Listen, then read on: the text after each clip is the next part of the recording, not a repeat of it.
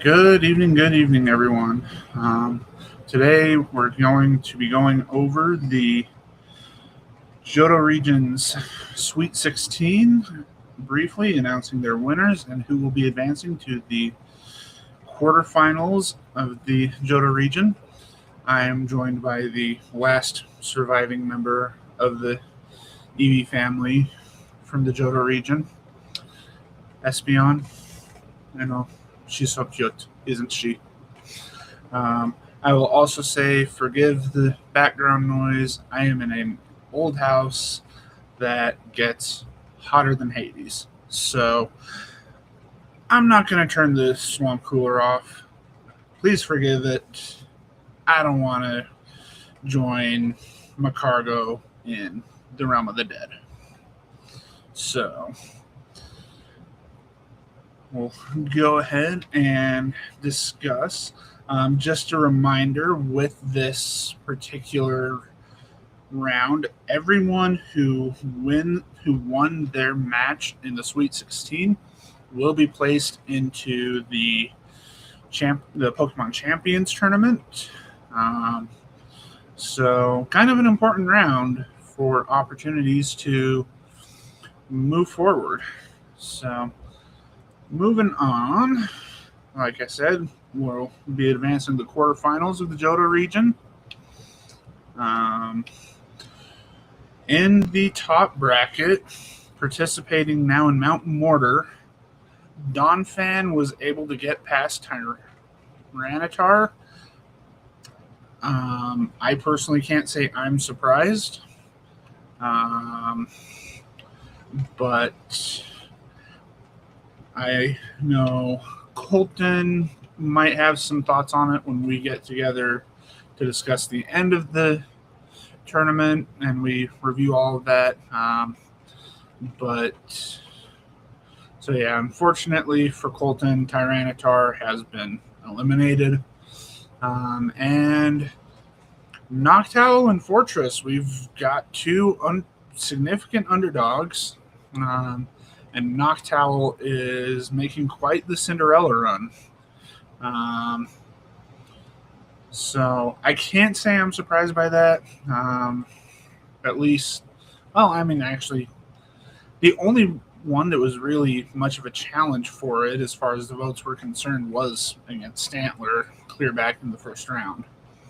But as far as Donphan and Noctowl, and my analysis of this upcoming match, unfortunately, I'm predicting Noctowl's Cinderella run will come to an end. Donphan is just too much for it.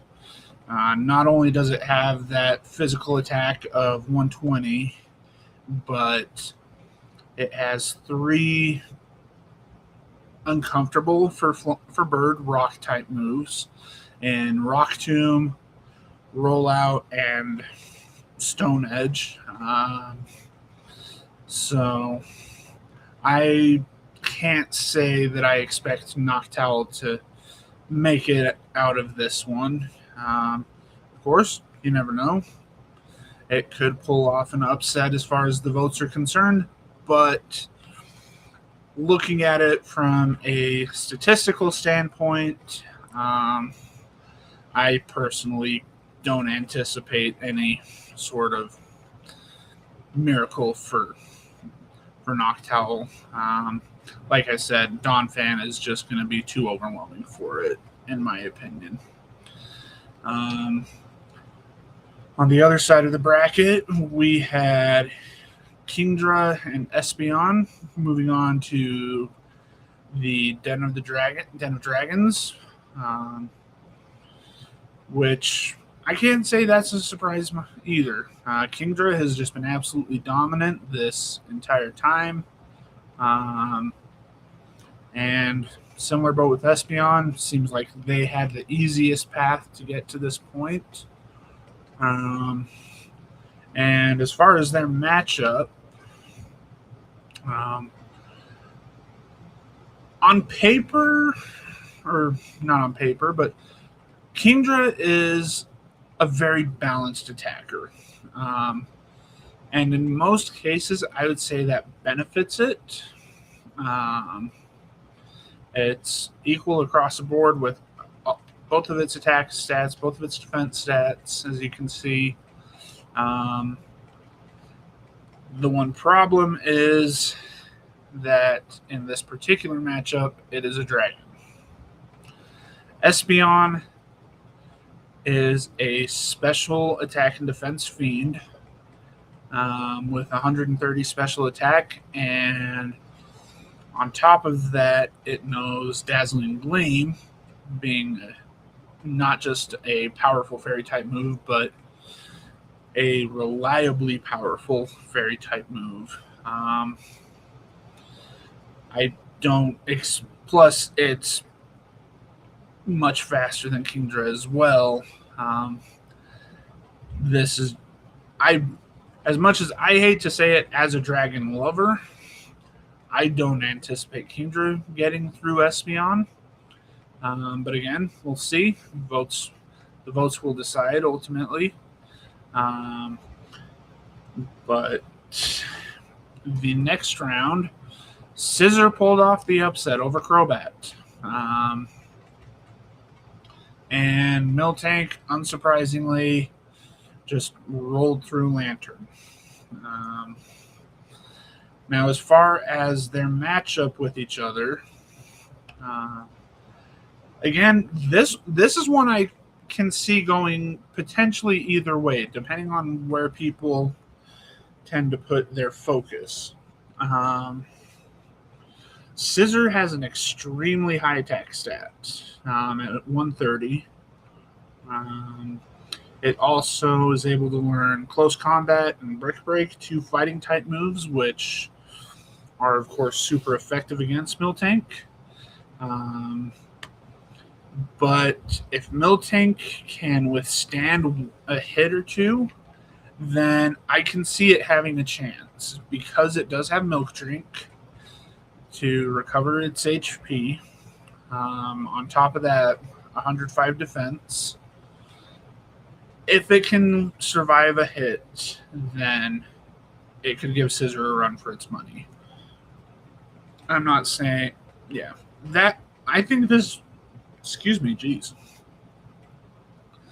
I think this is probably the hardest of the quarterfinal matches to predict, but so I'm very interested to see how it goes.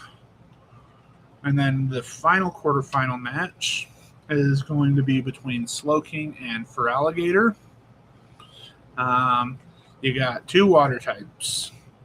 The methodical, pacing itself, Slowking versus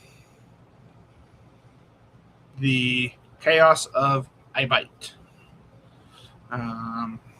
Well, not I Bite. That's his baby. I Bite's dead. So, as far as how I would expect it to go, I think ultimately it does go to Feraligatr, with it having a very dominant 105 physical attack. Slowking's physical defense is not the greatest. Slowking also doesn't really have any counters for Feraligatr. And on top of that, Slowking is slow. So it might get one hit in, two if it's lucky and survives. But I find that highly doubtful, because Feraligatr, knowing Crunch, same situation as with Espeon and Kingdra. You've got a reliably powerful, super effective move that feeds into Feraligatr's primary stat. So if I had to make a wager, I would probably put my money on Feraligatr for this matchup. But that is the Elite Eight of the Johto region. The next voting. Shoot, where did I put my paper? there you are. The voting for the Elite Eight is going to end on Tuesday, the 19th at 5 o'clock p.m. Mountain Time. So the link is going to be in the description below.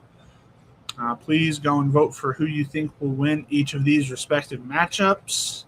Again, I sincerely appreciate all of the help that I have gotten with gathering data, all the support I've gotten with these streams.